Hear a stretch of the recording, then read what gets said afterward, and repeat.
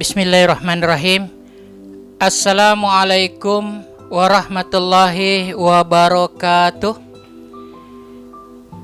Saudara-saudari sekalian, kita pasti mempunyai keinginan, ya, bagaimana kita ini bisa menjadi seorang hamba, ya, yang betul-betul taat kepada Allah, ya, banyak beramal ibadah, ya. Itu pasti harapan kita semua, karena dunia ini adalah ladang akhirat. Pangkat derajat kita di akhirat ditentukan dengan amal kita di dunia, ya. Tetapi dalam kenyataannya ternyata untuk beribadah itu begitu sulit sekali. Untuk membuat amal ibadah itu begitu sulit sekali, ya. Terasa diri kita tuh begitu lemah, ya, tak berdaya, ya, melawan hawa nafsu dan syaitan. Nah, ada teman saya, ya,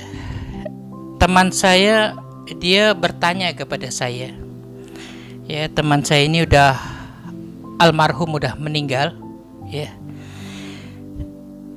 Mudah-mudahan Allah selamatkan dia, Allah tempatkan dia di dalam surganya Allah, ya. Nah, dia bertanya, apa yang menyebabkan orang itu malas beribadah? Apa yang menyebabkan orang itu malas beribadah? Saya katakan karena imannya lemah, ya. Keyakinannya terhadap akhirat itu rendah. Dia katakan itu benar, tapi ada jawaban yang lebih benar lagi. Apa itu? Dia katakan orang itu malas beribadah karena dia merasa umurnya masih panjang. Coba kalau dia merasa umurnya udah tak lama lagi, pasti dia ada kekuatan untuk beribadah. Apa yang dikatakan oleh teman saya ini ternyata benar, ya. Ada tetangga saya, dia menunggui saudaranya yang sakit di rumah sakit, ya. Dia berbincang kepada seseorang yang juga menunggui saudaranya di rumah sakit.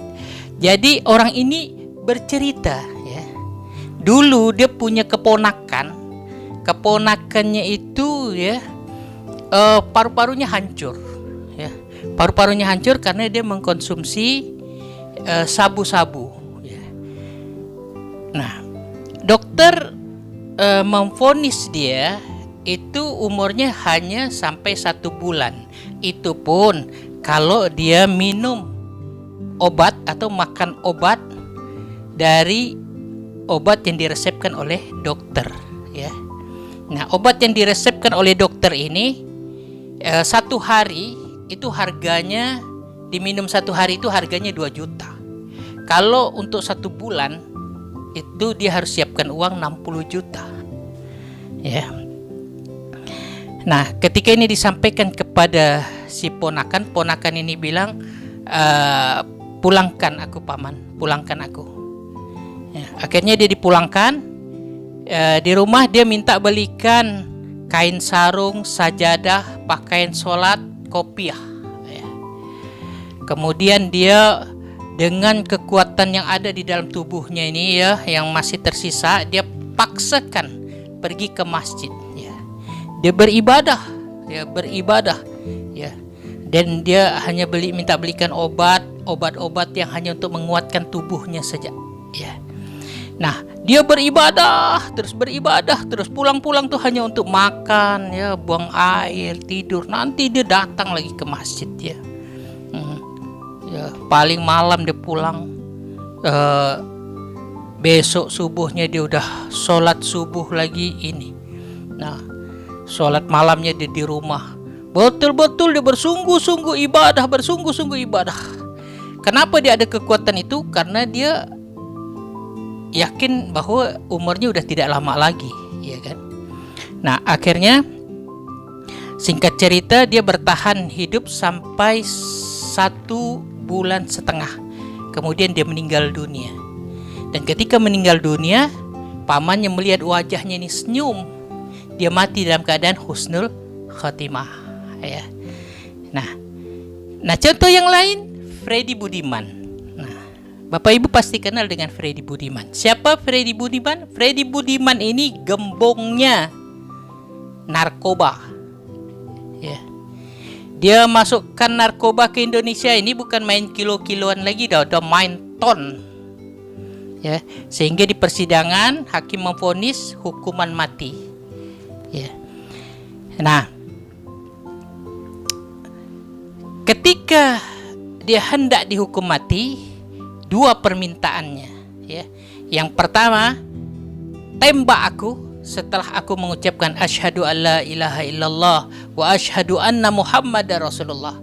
Yang kedua, permintaan dia ditembak, jangan ditutup matanya, supaya dia bilang aku bisa melihat ya dosa-dosaku terhadap rakyat Indonesia ini. Ya.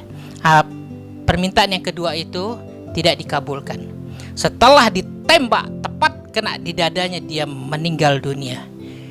Ketika jasadnya diangkat, Freddy Budiman ini orangnya gemuk, ya. Orangnya gemuk.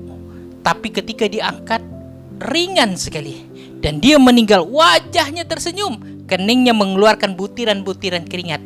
Kata Nabi, tanda orang husnul khotimah itu dia mati berkeringat, ya kan? Mengeluarkan butiran-butiran keringat. Nah, menurut ustadz yang membina di lembaga tersebut, 2 hari sebelum dieksekusi mati itu disampaikan dulu kepada Freddy Budiman. Nah, selama 2 hari 2 malam Freddy Budiman ini selalu beribadah, ya, sholat, baca Quran, zikir, istighfar. Setiap dia selalu menangisi dosa-dosanya, Kenapa dia punya kekuatan seperti itu? Karena dia tahu 2 hari lagi dia akan meninggal. Nah, jadi apa yang dikatakan oleh teman saya ini ternyata benar, ya, bahwa orang itu malas beribadah karena dia merasa umurnya masih panjang. Coba kalau dia merasa umurnya udah tak lama lagi, pasti dia punya kekuatan untuk beribadah. Coba kita bayangkan, jika kita ini diponis oleh dokter umur tinggal 2 minggu lagi, kira-kira apa yang kita lakukan? Pasti kita akan sungguh-sungguh beribadah, ya, sungguh-sungguh memohon ampun, istighfar, bertaubat dan sebagainya. Nah, inilah yang disabdakan oleh Nabi, i'mal lidunyaka ka'annaka ta'isu abada wal akhiratika ka'annaka tamutu ghada.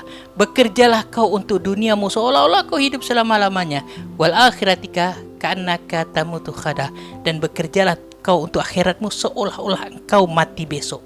Nabi pun dah mengajarkan tuh. Ini cara yang mujarab gitu. Nabi katakan, jika kau berada pada pagi hari, jangan kau berharap masih hidup pada sore hari. Jika kau berada di sore hari, jangan kau berharap masih hidup pada esok pagi. Nah, ini cara bagaimana kita supaya ada kekuatan dalam beribadah. Jangan kita merasa umur kita masih panjang, ya kan? Nah, di situ akan muncul kekuatan untuk mempersiapkan diri kita. Terbayang orang-orang kawan-kawan kita yang mati secara mendadak. Mereka saja tidak menyangka bahwa hari itu adalah hari kematiannya, hari terakhir hidup dia hidup di dunia ini. Maka saudara-saudara sekalian, mari kita gunakan resep ini, ya. Mudah-mudahan kita bisa memiliki kekuatan untuk kita beramal ibadah. Karena dunia ini adalah ladang akhirat. Pangkat derajat kita di akhirat ditentukan dengan amal kita di dunia. Dan mudah-mudahan Allah matikan kita dalam keadaan husnul khatimah. Ini saja yang dapat saya sampaikan. Mudah-mudahan bisa menjadi bahan renungan kita semua. Wassalamualaikum warahmatullahi wabarakatuh.